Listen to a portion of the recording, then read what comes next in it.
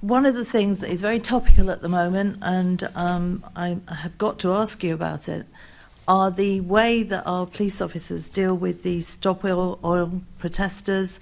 Recently we see that there are emergency vehicles can't get through.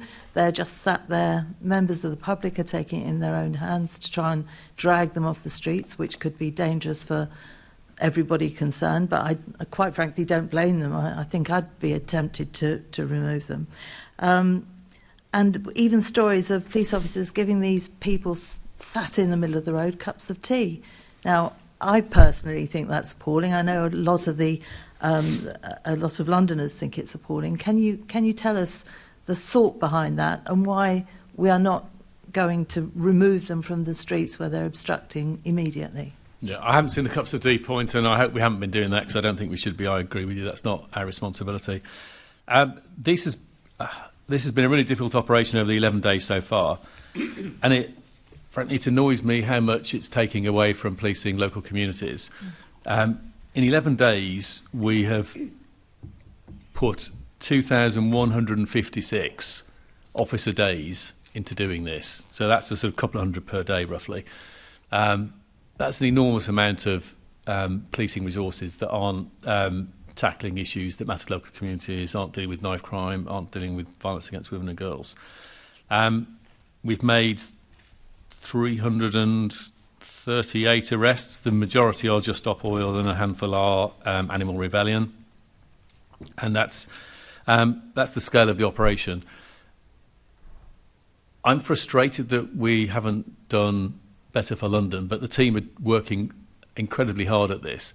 There's a critical legal threshold, and of course Parliament decides what's the balance between lawful protest and sort of unreasonable impact on society.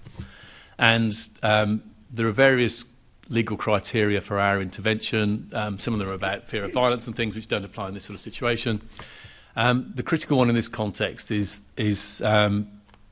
the concept of serious disruption to the life of the community, I think is the phrase in the law.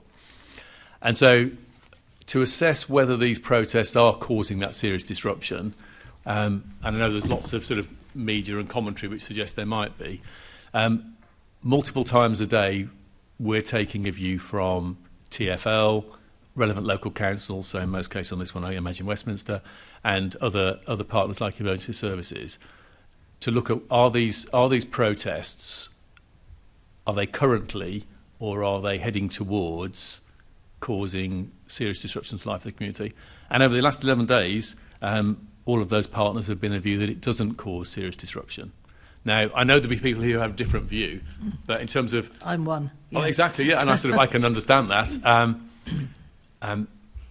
But if my officers are to make legal intervention, they need to stand it on some evidence that that is reasonable. And frustratingly, that's the situation we're in. And that's not a criticism of those partners' views. They've got those perspectives as council and as transport officials. But that's what we're looking to stand on.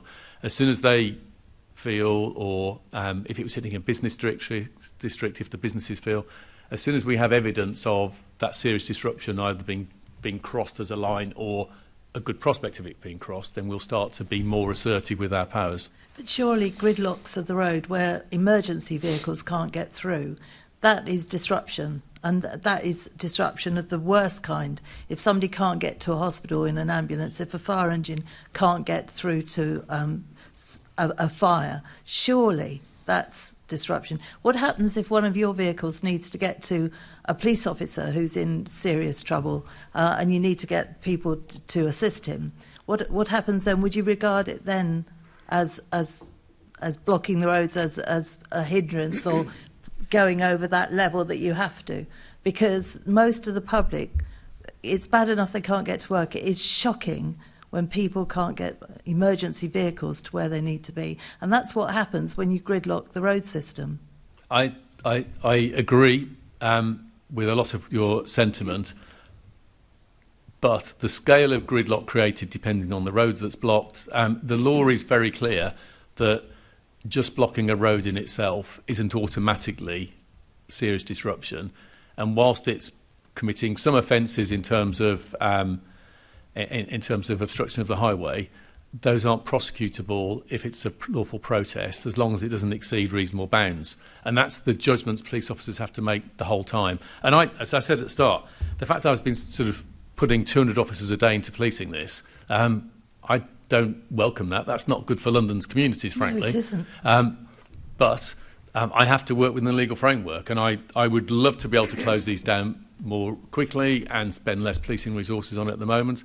And I say, as soon as the partners who have the expertise to assess the impact on the road network and the emergency services, as soon as they say this is heading towards crossing the line, we'll be in there straight away. But until that point, I don't have a legal power to do that, and I can't criticise my officers for not doing it. So TfL is, if we have a word with the Mayor then, because he is the chairman of TfL, and try and get it moved in a different way. I understand your problem. I also understand that lots of Londoners are sick to death. I can see that in the papers. And so, I'm not criticising TfL. They have a lot of data. Neither am I. I'm saying let's look at a broader way that we can get the police some assistance so that you can go in and remove these people. Because when emergency vehicles can't get through, something's got to be done. So if you're saying that TfL, etc., you're talking to them, we'll bring it up with the Mayor because he is their chairman, and I understand your issues. I know other colleagues will want to ask about this, but I'm going to go through my list and they might come back to this. Of course. So the next person asking questions is Assembly Member Desai.